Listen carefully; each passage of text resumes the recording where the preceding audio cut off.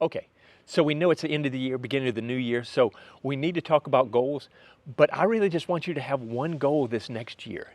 And yes, I want you to practice, I want you to do all those other things, and we'll talk about those in a couple other tips, but I want you to have the goal of being a better person next year. And that's not to put the weight of, oh, you gotta be all perfect and all this stuff, but so much of what we focus on is becoming a better player. You know, how can I work on my putt? How can I work on this? I want you to have the goal of next year to say at the end of the year, man, I love the people around me well. As much as I love the game, I love the people, and I gave the best I could so that I made this place better for the people around me. It's a vague goal, and you could even have little smaller goals and things you could do along the way for the next year. Like, I'm gonna volunteer at a tournament, et cetera, et cetera. But I hope for your goal next year is that you can try to be a better person for the people you play with and the people you meet out on the disc golf course. Hope that helps.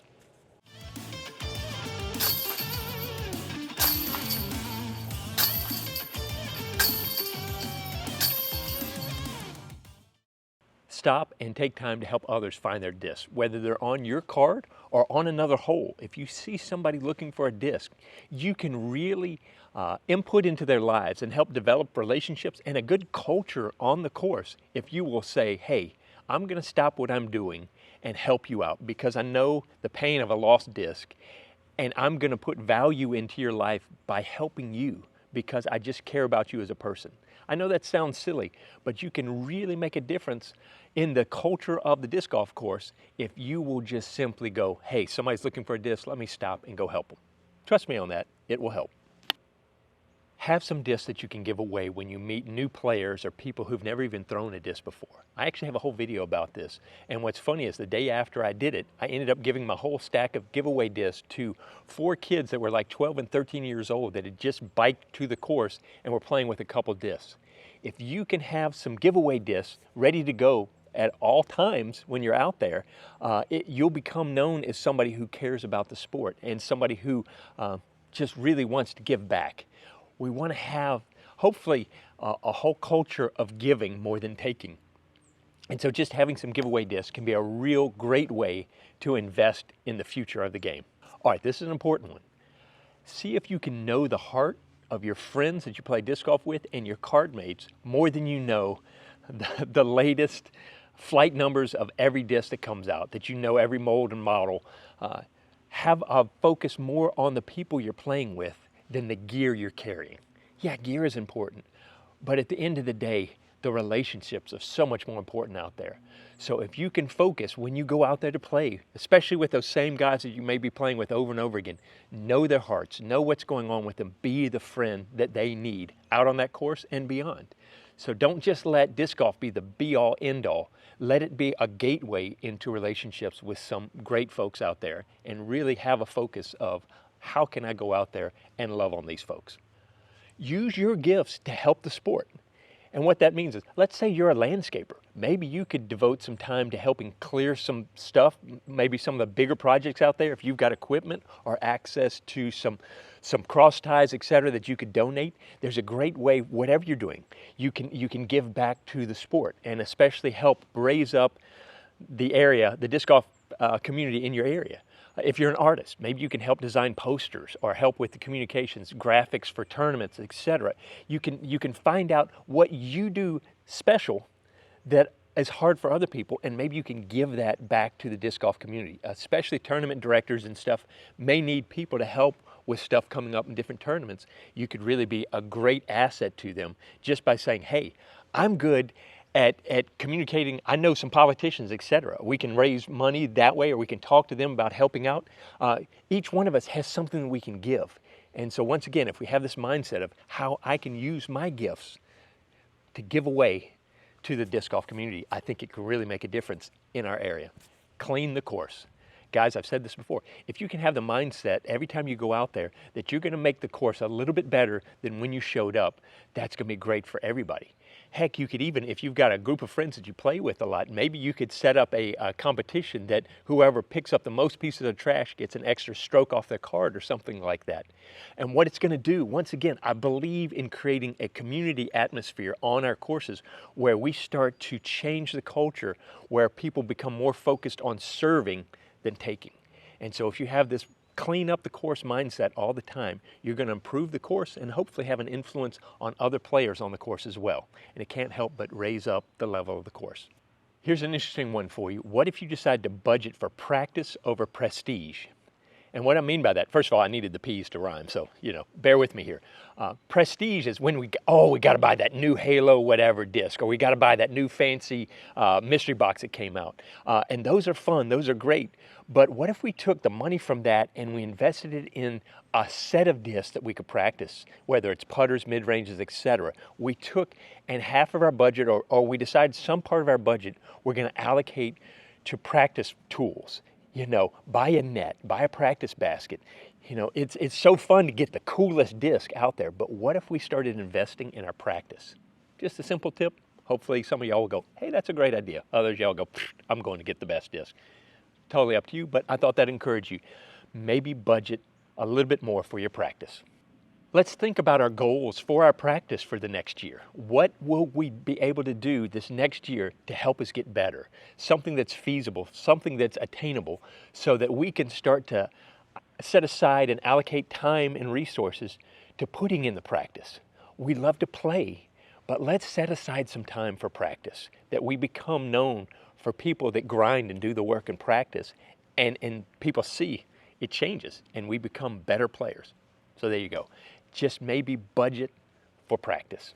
Okay, have you ever thought about maybe inviting a better player to play around with you and make it worth their while? For instance, go, hey, Billy, I would love to go play around with you, and then I'd be happy to buy lunch. Let's go grab lunch. Or, hey, listen, I would love for you to play around with me and let's talk about a few things, and I would love to buy you a new disc, or even, make it worth a while. I'll bring a six-pack for you, whatever it is.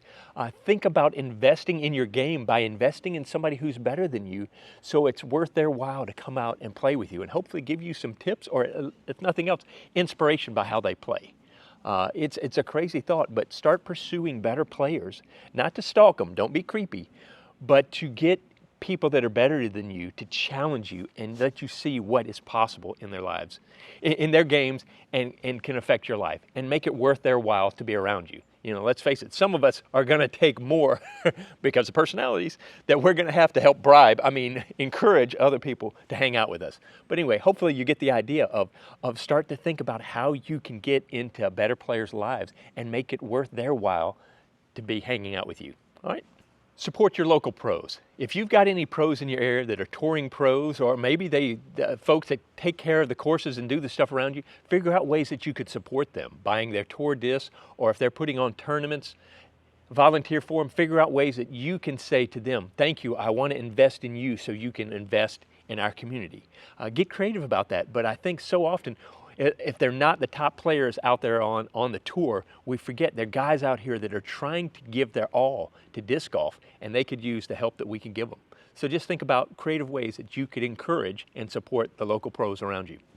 Go to tournaments just to watch, become a spectator and watch the pros play, figure out about all the stuff that goes on with tournaments, and then maybe even volunteer. So you could be a spotter, you could be part of the tournament so that you could see all the things that have to happen when a tournament, whether it's small or big, there's a lot of stuff that needs to go on, and it will help you appreciate all the work that needs to be done. And you could really be an asset to the people who are trying to put these things on, and it'll give you a greater appreciation for the sport.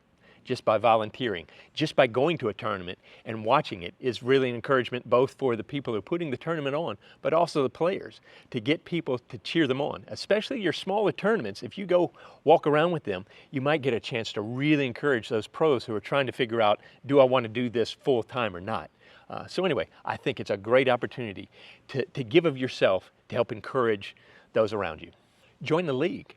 I'd encourage you, if you haven't joined a league, that might be a great thing for you to do in this next year. For guys especially, we need routine, consistent interaction with folks to build relationships. You know, we don't do great with just one-off and disappear. We want that weekly, we're seeing the same folks and we're building relationships that way. Plus, it's fun. Hopefully it's fun, and it's going to build enough pressure into it that it's going to build some of you're dealing with the pressure situation, and it's not super pressure filled that you can just go have fun, but you can get used to having a little heightened pressure and chaos out there. So it's helping you with relationships, it's helping you with your disc golf game, and hopefully potentially playing tournaments later on. I think it's just got a great win-win-win situation to it by getting out there and playing in some leagues. So I'd encourage you to check it out if you've got some in your area. Ratings. Let's not get so wrapped up in ratings. I think ratings are great in some aspect, but I think they've done something to the disc golf scene where we've become so focused on our ratings and our, oh, I can't go to that tournament, or I won't do this because it'll affect my rating. And I think we've lost a little joy in the game because we're now thinking numbers and where we fit in everything. And I want you to be more secure in who you are as a person, that you can just go out and play and enjoy the game and not get so fixated on the ratings. And I think actually, hopefully, that'll help your ratings get a little bit better, but that's not the most important thing. I would rather play with a lower ranked player that is a joy to be around than some of the top players out there that can be kind of jerks. Your rating is only one aspect of it, and most of the time people are more interested in playing with folks they enjoy than people that are playing really well, because there's something to it there. So does that make sense? Let's focus not so much on ratings as how we can be and how we can impact the people around us when we're playing. And I think it's going to help. I'm going to call this next tip striving for peace. Kind of ties in with some of the others, but we're getting so wrapped up in the mental, emotional, we're getting so much angst because we've got to play well, we've got to score well, we've got to figure everything out, we've got to putt well, we've got to, increase our ratings. And what it's doing is it's bringing a lot of tension and stress into our game. And this is supposed to be a fun, enjoyable game. Listen, it was mellow for so many years, and now it's starting to get, because there's coverage, there's YouTube, there's all these things, we're starting to feel the weight, the impact of every round. What does it mean for our life and our score and our ratings and stuff like that? And I would really like you to focus on trying to have a good mental, emotional balance here. I came out with a video recently about just breathing out on the course, being good friends to the people on the card with you. Guys, let's have a more emotionally stable and peaceful existence when we're out on the course. It's going to take time, but let's work towards that. I think it's going to be better for all of us in the long run. Adopt a mentor and a mentee. I think that's a word. But in other words, wherever you are, there's going to be players that are better than you, and there are players that aren't going to be as advanced as you. So if you could find one person above you that you could hook up with, whether that's, hey, I want to take lessons from you, or I just want to play with you some more, that you can glean information from them, they can pull you up. But at the same time, you can find somebody that you click with that is below you as far as skill set, other things in life, especially if you're older, a younger player, and kind of adopt them. And so you've got kind of this mutually beneficial relationship, both above and below, so that you're getting invested in, but you're investing in somebody else. And that's how the game is going to grow, and we're going to become better through this kind of adopting a mentor and a mentee. I hope that makes sense. You can ask me more questions about that later. Okay, how about we're known more for our love than our length? And yeah, I did that on purpose. We get so focused on trying to throw farther, do better. Guys, I'm going to repeat myself. I mean, these tips over and over again. At the end of the day, it comes down to, are you a better person out there? Do people know you care more than they know how well you can throw a disc? Guys, I've been playing this game for 30 years, and the people I remember, the games I remember, are not the scores. I've played with some of the best players in the world. I don't care about how they shot. I care about how we interacted and what kind of person they were. And I want you to be the kind of person that people look at and go, man, I'm so glad I know this guy. And he's a fun guy to play with. And hopefully he's a great player too. But at the end of the day, they go, man, I will choose this guy to play around with than this guy any day because he loves well. Let's try to love better this year. Don't make disc golf your God. And I've talked about this before. We will choose something that gives us value and speaks value into our lives. And we'll start to cling to it and look to it to give us the truth and the validation of who we are. And a lot of us, we get wrapped up in the disc golf and we get a little success, or we really like it a lot, and suddenly it becomes a thing that we've got to grab hold of, and it's going to give us the kudos, the attaboys. It's going to be the thing that we're going to feel better about ourselves when we have a good round. Conversely, we're going to feel crappy about ourselves when we have a bad round. And some of what's wrapped up in that is we're trying to look to disc golf, or fill in the blank, whatever, as a thing that is bringing us life. And disc golf is a great place to live, but it is not going to bring us life. We need to have the proper perspective on what this game is all about. And hopefully we're more secure in who we are in our hearts, our relationships with both our family, our friends, and hopefully our Lord, that this game is something that's added onto our lives and isn't the thing that we have to cling to bring happiness and goodness into our life. I hope that makes sense. We can talk about that more later, but I always keep going. Disc golf is great, but it makes a terrible God. Don't make disc golf the most important thing in your life. And so now we wrap up with the one that really ties into the last one. It's kind of a part two, and that is give up some of your disc golf time to spend time with your family. And what that means is a lot of us, we get locked into, oh, I gotta go to the course, I gotta do this, I gotta do this. There are times that we need to put the disc down and spend some time with our families. Now, every one of us is different. We're all in different situations. But for most of us, our family, depending on where we are, may not be as excited about disc golf as we are. And so one of the ways you can serve your family is sometimes not be so wrapped up in disc golf that you lose sight of them.